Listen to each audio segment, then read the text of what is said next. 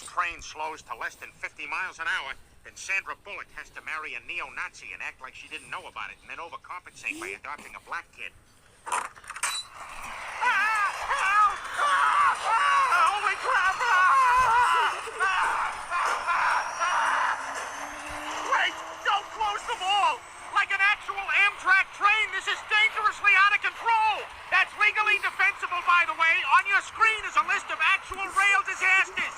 A chugga chugga motor, not a railroad train.